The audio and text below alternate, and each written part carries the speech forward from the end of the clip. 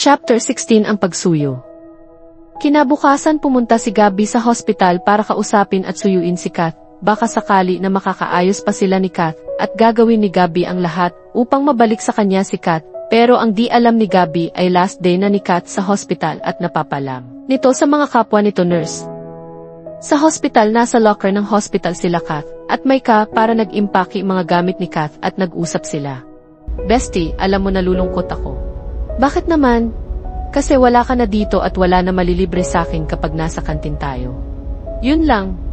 Joke lang. Ano ka ba? Pinapatawa lang kita kasi kanina ko pa napapansin ang lungkot sa mukha mo. Maika, ayoko sana umalis dito sa hospital dahil mahal ko ito trabaho ko bilang physical therapy nurse. Pero kailangan ko umalis dito kasi kung magstay ako dito ay di ako makamove on kay Gabby at palagi ko siya makikita dito. Okay, basta, wag mo ako malimutan kapag nasa Amerika ka na. Lumipas ng 1 oras ay nakaalis na si Kat sa hospital na dala niya yun kahon lalaman ng mga gamit niya. Sinundo naman siya ng Kuya JR niya dahil mahihirapan si Kat. Kung sa jeep siya sasakay, lalo na may dala siya kahon, kaya sinundo siya ng Kuya JR niya. Pag alis ni Kat sa hospital ay bigla dumating si Gabby sa hospital para kung sakali makausap pa si Kat. Pagpasok ni Gabby sa rehab ay agad niya nakita si Maika at linapitan ni Gabby si Maika ay agad niya itanong kay Maika si Kat. Maika, si Kat nandito ba siya? Gusto ko sana makausap siya. Nakakaalis lang ni Kat dito sa hospital. Ganun ba? Sige, babalik na lang ako dito bukas para kausapin siya. Alam mo Sir Gabby, magpapagod ka lang kung babalik ka dito bukas. Bakit Maika?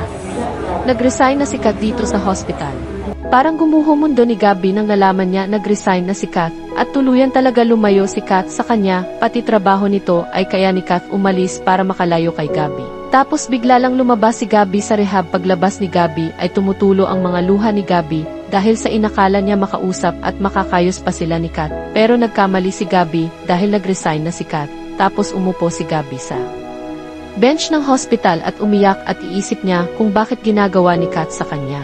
Lumipas ng ilang linggo ay naghahanda na si Kat para sa papunta sa Amerika dahil tinanggap siya bilang nurse sa pinag-applyan niya agency at saka mayroon siya pinsan sa Amerika ng si Tony at tita Lily niya kapatid ni Carol. Habang si Gabby ay nagkikipagrelasyon kay Angela, kahit hindi pa humihilom ang puso ni Gabby dahil si Kat pa rin ang mahal niya, kaya lang nakikipagrelasyon si Gabby kay Angela dahil kailangan niya ng karamay sa oras yon. Pero nalaman ni Benji tungkol sa relasyon nila Gabby at Angela. Sa bahay nila Gabby, nasa pool area sila Gabby at Angela, habang nasuswimming si Angela sa swimming pool at habang si Gabby ay nakatayo lang sa gilid ng pool dahil hindi na kaya ni Gabby mag-swimming kasi sa kalagayan niya, hindi na kaya ni Gabby mag-control yung katawan niya kapag nasa gitna siya ng pool. Habang iniisip si Gabby at nakasandal siya sa pool ay lumapit si Angela kay Gabby tapos yumakap si Angela kay Gabby at hinalikan niya nito sa labi at sa leg tapos umiwas na si Gabby. Way babe.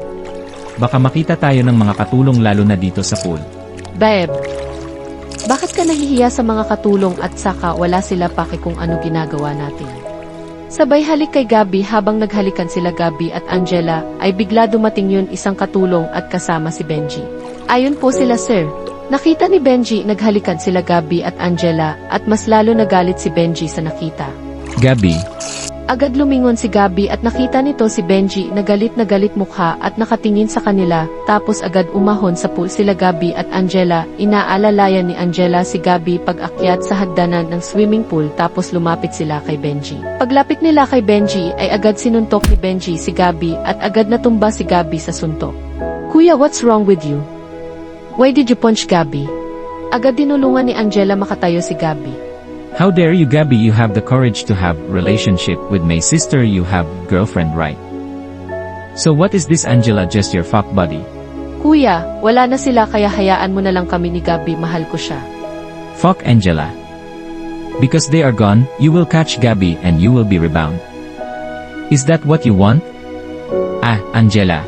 Oo, kuya, ginusto ko maging rebound ako ni Gabby kesa nakikita ko siya luhaan. Fine, alright, go you crazy that lame, and when you cray because of that man, don't come near me. Benji, I'm sorry.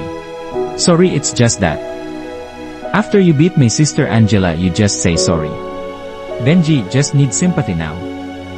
So just why I'm in a relationship with Angela. So you are using my sister Angela so you can move on with your ex-girlfriend Nurse, you are stupid. Tama na kuya, at kahit ano pagalit mo ay di mo mapipigilan ang relasyon namin. Fine. Go together.